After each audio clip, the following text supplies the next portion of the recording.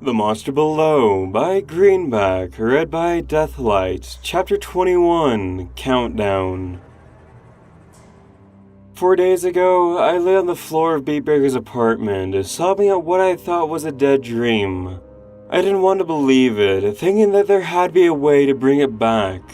But I couldn't do it there. I spent countless hours at Medicom's headquarters trying to fulfill my dream, but I couldn't stand to spend another minute there. Running from the apartment, down the stairs, and out of the lobby, ignoring the shocked ponies around me. It was early evening outside, and there was crowds eagerly heading towards Manhattan's entertainment district to enjoy the nightlife. None of them were expecting to see a celebrity running past them with bleeding shoulders, and many shouted in surprise and knocked them out of my way. I reached my old apartment building a few hours later. The landlord was caught off guard by the gate slamming shut, but was even more surprised to see me, as we haven't talked in over a year. But his confusion grew even more as he saw the blood across my back. I demanded a key before he could ask any questions. Once I got it, I ran up to my old place. It hadn't changed since I had last been there, except for the thin layer of dust and cobwebs that had draped over the furniture and my belongings. Slamming the door shut, I locked it, needing to barricade myself away from the world. Shoving the sofa, chairs, and anything heavy against the door. Then closed the blinds and drew the curtains over the windows before stapling them shut. I wanted to work, come up with a new plan to restore what had been taken from me. But my heart wasn't in it, so instead, I took a hot shower, washing away all the sweat, grime, and blood, and wishing I could wash away the worst day in my life. 3 days ago, I woke up at noon. 16 hours of sleep had helped heal my body, but had done nothing to dull the sting of losing my wings. I didn't even have the will to get up. What was the point? Was I supposed to stroll to work with a smile on my face and a spring in my step? Screw Medicom, screw everything. I just want to lay in bed and never leave. But fate wouldn't let me off the hook so easily. It took me a few moments to realize I hadn't woken up from an alarm, but from the sound of a mass commotion outside. I tried to ignore it. Finally, I got up and looked outside the windows. There was a crowd of ponies gathered around the base of the tower, mixed with curious onlookers and what looked like reporters. There were several Pegasus ponies circling the tower, and I made the mistake of meeting the gaze of the closest one, who shouted out, "There he is!" The other Pegasus swarmed towards my window. I yanked the curtains back into place as the photographers yelled questions, demanding to know why I didn't have wings anymore, and why I had fled Medicomp. I would have ignored them, but I wasn't in the mood to deal with anyone, much less loudmouth reporters. Grabbing a trash can, I threw the window open and chucked old garbage to the closest photographers. Slamming the window shut, they yelled in surprise and disgust. Retreating to the living room, that surge of anger had jolted my system, and I figured the best thing to do was to pull myself out of my funk and come up with a plan of action. Something to get me going. I took a sheet of paper and a pen, scribbling down ideas where I could go from there, or rather, try to, because I couldn't get a single idea. Nothing came to mind, as if my brain was refusing to work with me. Shouting from the outside died down, but then moved outside my door, with reporters pounding away, demanding to get a scoop. How they got in, I didn't know. They probably paid one of the neighbors to let them in through the window, but they didn't get the hit to bugger off. Pulling the barricade away, I yanked the door open, and was greeted by a blast of flashing light bulbs. "Mr. Silverspeak, why did you buck off?" I shouted, slamming the door shut. But they didn't get the hint, pounding away until the landlord and a few police officers, who had probably been called from angry neighbors who couldn't stand the noise, arrived and escorted them out. The landlord knocked, asking if I was okay, but I didn't answer. They all finally left, and I finally had silence once more. Sleep didn't come that night. Every time I shifted, my scabbed shoulders would ache. And when I did manage to doze off, I would feel my wings and eagerly wake up, only to find that they were still gone. I was livid. I knew it had been the phantom limb effect, but it seemed that in my darkest hour, even my brain was turning on me, as if mocking me for what I once had. Anyone who entered my apartment 2 days ago would have found me with ragged skin, bloodshot eyes, and an exhausted face. When noon came, there was a knock on the door, and something slid underneath it. I found it was a copy of the morning paper, along with a large envelope. Ignoring the envelope, I took the paper and read it over, dreading what I might find. And sure enough, the front page headline was about how Medicom's spokespony had been fleeing from the company building with bloody shoulders and missing wings, complete with a blurry photo snapped by a visiting tourist who had just happened to see me running. The came reports I had been found at an old apartment building, where brave and heroic reporters had risked their lives to get a statement from me, only to be viciously attacked. A statement coordinated with a photo of me tossing tomatoes at them, and angrily yelling at the camera from inside the building. Wondering if I could sue the paper into oblivion for misinterpreting what had happened, I continued on. Rumors were flying that I'd gone psychotic from some drugs that Medicom were illegally giving me, or that the pressure of being a celebrity caused me to snap and lose my mind, or possibly both, or that even the wings had driven me mad. Unable to get a response from me, the press turned to Medicom for answers, demanding explanations as to what was going on. Corncounter had given a press conference on the tower steps, admitting that yes, I had a problem with my wings, but they were a result of an undetected infection, and not a problem that was inherent with all the implants. But should any patient, current or former, wish to have their transplants checked, they are more than welcome to come and do so, free of charge. Their report included several questions from those in the audience. One reporter had asked if it was possible the Beatbreaker was the one responsible for what had happened, and Corncutter had immediately said no, that her work had been checked again and again, and found no problems at all. But when asked about what she was doing in all this, Corncounter said that Beatbreaker was currently on leave due to personal issues, and refused to elaborate any further. There was more to the article, but I didn't want to read anymore. Things were spiraling out of control, and I needed to focus, not obsess over what the world thought of me. I had just thrown the paper away when I remembered the envelope. A quick glance revealed I had the Medicomp logo on it. My stomach felt like it was going to fall out as I tore it open and took out a single piece of paper. An official document that was less than a page long was never a good thing. I was right. Dear Mr. Silverspeak, the letter began.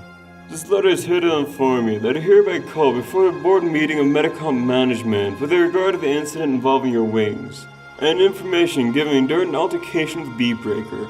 During this meeting, we will inform you to our right to bring legal action against you due to the damage of company property, drugging 3 company employees and emotional harassment, including manipulation and lying, of both management and our employees.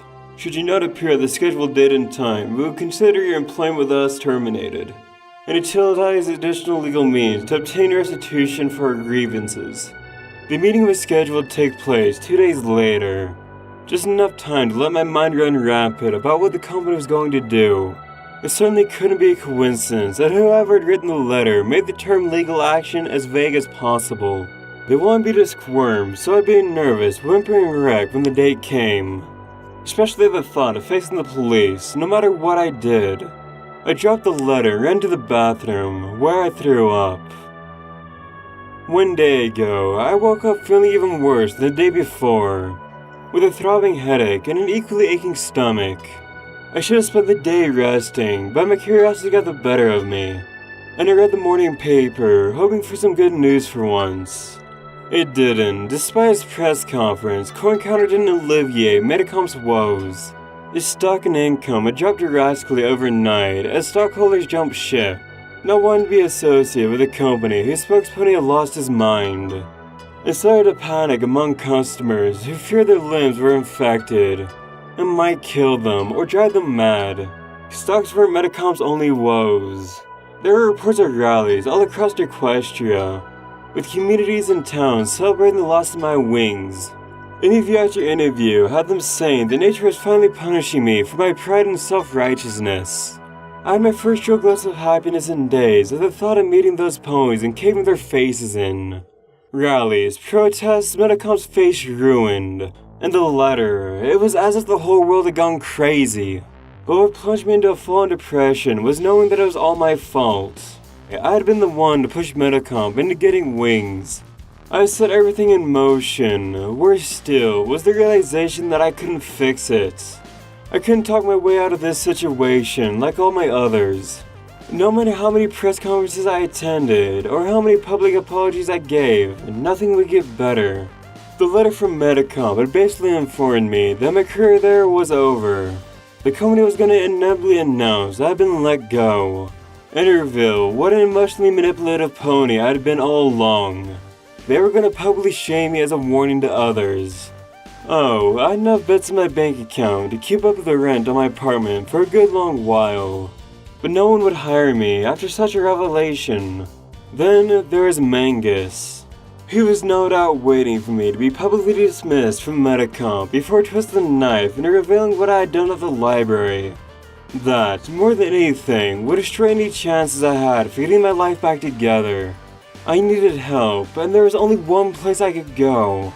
It was the last place I wanted to call, especially after all that happened. But I didn't have anyone else to turn to. Taking the phone, I dialed the number and waited. Hello? I closed my eyes. Mom? Silverspeak? Mom, is Dad there? Yes, let me get him. He's here. Mom, you've been reading the papers, haven't you? Yes, we both have. Then you know what's happened. Yes. Mom, Dad, I need your help. Silverspeak, come back to us. Stay here until things calm down. No, Mom, I can't. Yes, you can. You need to recover from all that's happened. Try to... Mom, they're going to fire me. I said, almost choking on the words. I got a letter from the company. They're going to press charges on me for what happened. Charges? Silverspeak, what are you talking about? You haven't done anything illegal. I could just visualize my mom and dad looking at each other, wondering what in question I was talking about. And I can imagine the horror and disbelief they'd feel when the word got out about what I had done, and that I had been the library thief. I couldn't bear to have them learn it that way. And if I was going to get their help, I would need to tell them everything. I took a deep breath. Do you remember the library incident where someone tried to get into the forbidden section? Yes, but what does that have to do with this? I gathered all the courage I had. Mom, Dad, that was me. I was the one who did it. There was no reply. I broke in because I wanted to find any spells I could to become an alicorn. I thought I got out of there without being spotted, but I was. Maves was planning to reveal that after I'm fired. And when he does, the cops are going to be coming after me. I stopped for a moment, trying to slow my pounding heart, wiping away sweat pouring down my face. I wanted the both of you to find out from me, not the press. But now I need your help, please. The line was silent on the other end. Mom? Dad? Silverspeak, your father wants to speak with you. Silverspeak? Dad? Silverspeak, listen very carefully. If you want to make things right, there's only one thing you can do. What? You need to accept responsibility for what you've done. You need to go to the authorities and turn yourself in. Your mother and I are going to take the next train to Manhattan, so we can be there for you. But if you want to get through this, you'll have to come clean. What? No, I can't do that. I broke into a public library. I tried to steal priceless books. Do you know what they're going to do to me? The truth is going to come out. It's not a question of if, but when. The sooner you do this, the better it will be for everyone. No, Dad, no, I can't. I just can't. I can't go to jail. This is the only way, Silverspeak. We all have to eventually face our mistakes, no matter how painful it is. Now, yes, you will go to jail, but you'll be out within a few years, probably less. And when that's done, you can go back to your life and start it over again. I shook my head. No, I won't go. I can't. My father sighed. Silverspeak, I know you're frightened right now, but this would look better if you reveal yourself rather than Mangus. It will reflect well on you, and the judge will take note of it. No, I'll find another way. Silverspeak. My dad's tone said he wouldn't be swayed by pleading or begging. What I'm about to say hurts me far more than you'll ever know, but I care for you too much to throw your life away like this. If you don't accept responsibility and turn yourself in, then I'll go to the police and tell them myself. I know you may hate me for it for the rest of my life, but so be it. I won't let Mangus smear your name. Do you understand me, Silverspeak? I said, do you understand? I slammed the phone onto the hook with such force that the unit ripped off the wall. My own father wanted to betray me and put me into jail. I never would have thought he'd be capable of doing such a thing. My call to the only opponents who could help me only made things worse. Beatbreaker had betrayed me, Metacomp, the world, and my parents had turned against me.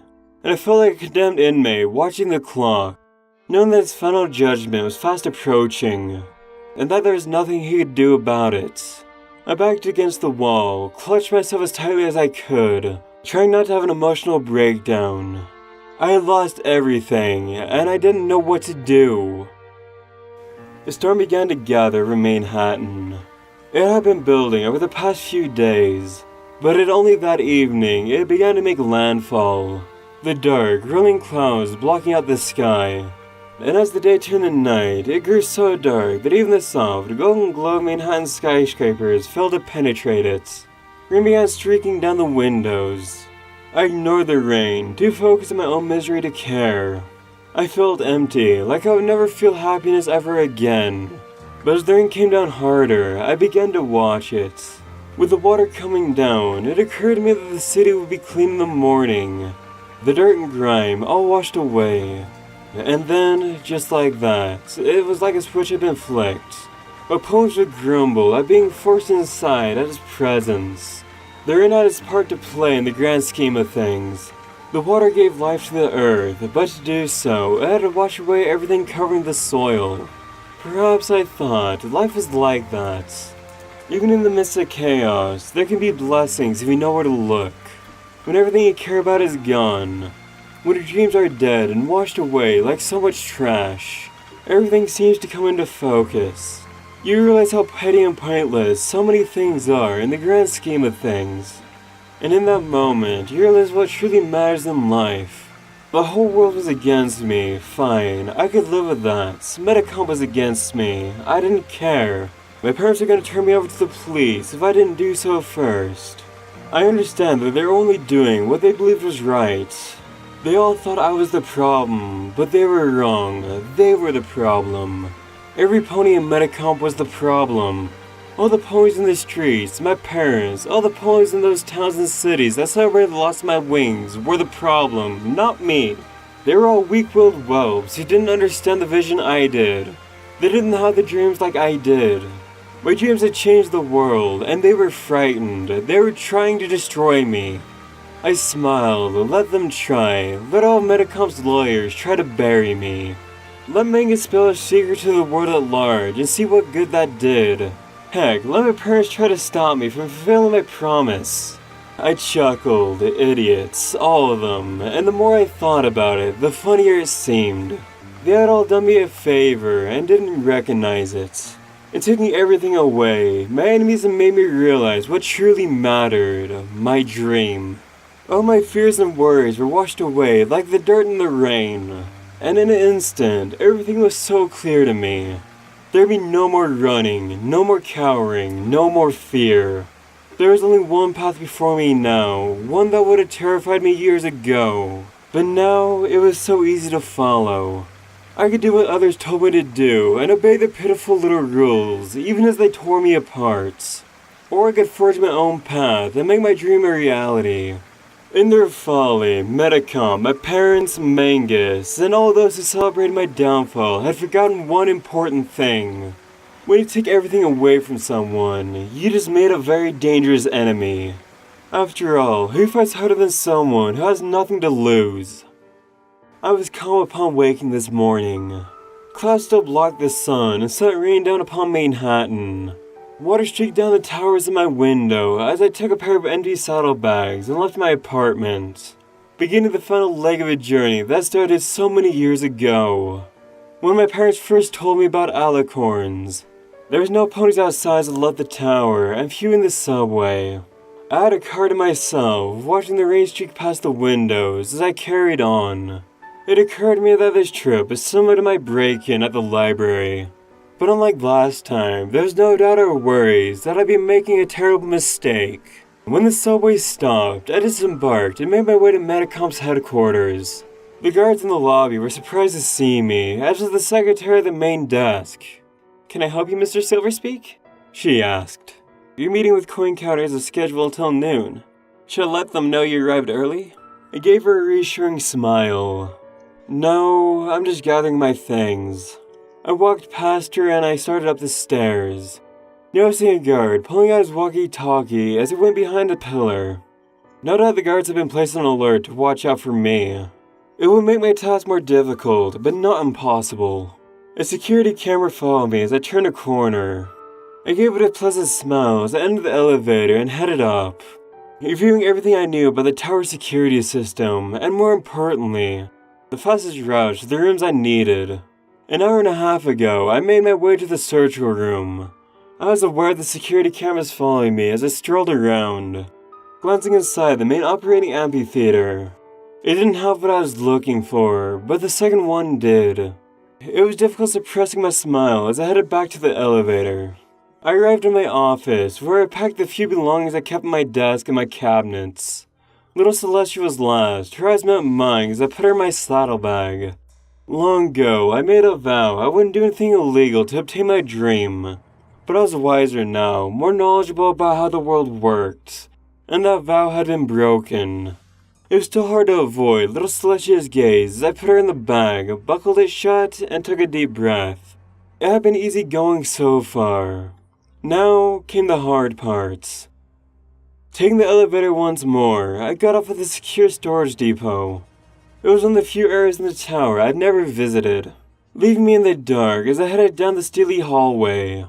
This was the riskiest part of my plan, where even a small screw-up could have disastrous consequences. There was a thick plexiglass door on the end of the hallway, through which I could see an airlock. Before the door were two of Mingus's cronies. "Can we help you?" one of the guards asked, amused at my presence. "I'm here for my horn." "Sorry, but we don't know what you're talking about." He smirked, as did the other guard. "The horn I retrieved from Satalanka. It's my property, and you have no right to keep it from me." The guards looked at each other and chuckled. "Alright, buddy, if you say so." I tried to keep my blood from boiling as the guards unlocked the door. I followed them inside, and three of us passed through the airlock, and then into a massive room filled with earthquake-proof shelves, each holding countless safes and secure containers. Going to a list mounted near the door, I searched for the most recent addition to Metacom's collection of rare and valuable goods. I found at the top, listing a safe holding a horn of historical and medical significance. Going to the crate with a corresponding number, I pulled it off the shelf, set it down, and opened it. The horn of the Cursed King was inside, nestled among thick padding.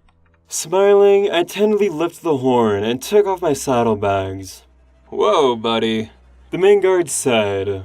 "Where do you think you're taking that? It's company property." "No, it's mine." "Metacom says otherwise." The guard took out several pieces of paper. "Captain Bluehorn told us you might be coming through here, so he dug out your contract with the company." He gave an exaggerated cough and began to read, adopting a voice of an emotionless lawyer. "Article 6, Section 10. Any medically related property created or acquired by an employee during business hours automatically becomes property of Metacomp, who is free to use it however they wish." He put the papers away. "Now, put it back." It would have been so satisfying to buck the guard and his dim-witted partner to unconsciousness. I wasn't in the mood to hurt anyone. Instead, I activated my charm. Terry Captain to check his records. Coin Counter allowed me to go on leave during the trip to rest and recover. The horn was acquired during that time, ergo, it's my property. If you try to stop me, I bring it up with Coin Counter himself and bring legal action against you and your partner for thief of my property. Is that understood? Like all of Mingus's thugs, the guards had massive egos. The result of being they were superior to everyone else. But like the rest, they were bullies, and their pitiful minds were easily swayed by greater wills of their own. The first guard went pale, the grin vanishing from his face. Yeah, it is. I opened the saddlebag and put the horn next to little Celestia, who looked at it. With a smile painted on her face, it looked like she approved of what I was doing. Buckling the saddlebag shut, I swung it over my back. Oh, and for your own knowledge, I'm not, and will never be, your buddy. Considering your level of intelligence, I'm surprised you even have any. I left the room, the other guard getting out of my way. Outside, I took a moment to congratulate myself. I had one treasure in my possession, and only needed one more. I glanced back at the guards, wanting to rub it in their faces. But they weren't looking at me. They were speaking into some walkie-talkies. It didn't take a rocket scientist to guess what was going to happen next. Alarms would be sounded and guards would be dispatched to intercept me. I needed to move fast. Not wanting to ride an elevator that could be disabled, I took the stairs down to cold storage. Here was housed the company's most prized possessions, the greatest medical miracles of our era, ones that I helped create. Making my way past enormous storage rooms for legs, I came to the storage area for wings, which was sealed down tight. 2 more Mangus' guards were at the doors. "May we help you, Mr. Silverspeak?" one of them asked. They were tense and alert, and I realized they had been warned to keep an eye out for me. I'm here to gang a pair of replacement wings. Beatbreaker and I decided to do further experiments to see if she could reattach them, but on our own personal time. Then let me through, or she and I will report your actions to Metacom's management. "We have orders not to let anyone pass." I focused all the anger I had towards the guards. Remember how they tormented and annoyed all of us at Metacomp, letting the two become the focus of that anger. I see, but if you don't let me pass this moment, I will personally tell Beatbreaker which 2 incompetents delayed her research, and thus made it so that she failed to find a cure the problem that's inherent with every wing and limb Metacomp ever sold. Without that research, Metacomp would lose their most prized products, lawsuits happen, the company is abandoned by its customers and stockholders, and goes out of business. All because 2 idiots refused to let me get Beatbreaker's wings. So, do I make myself clear? Without a word, the guards backed away and unlocked the door. Hurrying through the door, I went through another airlock and entered the wing storage room, shivering at the freezer level temperature. Doing my best to ignore it, I hurried along, the thousands of containers lying in neatly stacked rows, each triple sealed to protect the precious wings inside from damage. I checked all the labels I could find, looking for a pair that was teal in color. I almost made it to the back of the room before I finally found the pair I wanted. Undoing the container seals, I peered inside and beheld a pair of wings identical to my old ones, safely sealed within sterile plastic bags, and nestled along thick slabs of ice. Opening my saddlebags, I took the wings and put them inside. There's only one thing left to do. I had just started back towards the door when it opened. I thought the guards who came in to escort me out, but it wasn't the guards who entered. It was Coin Counter, flanked by 2 heavily armored guards. "Silverspeak, what in heaven's name are you doing?" I had hoped to avoid confronting Coin Counter, but that was no longer possible. "I'm taking what's rightfully mine." Coin Counter shook his head as he stepped away from his guards.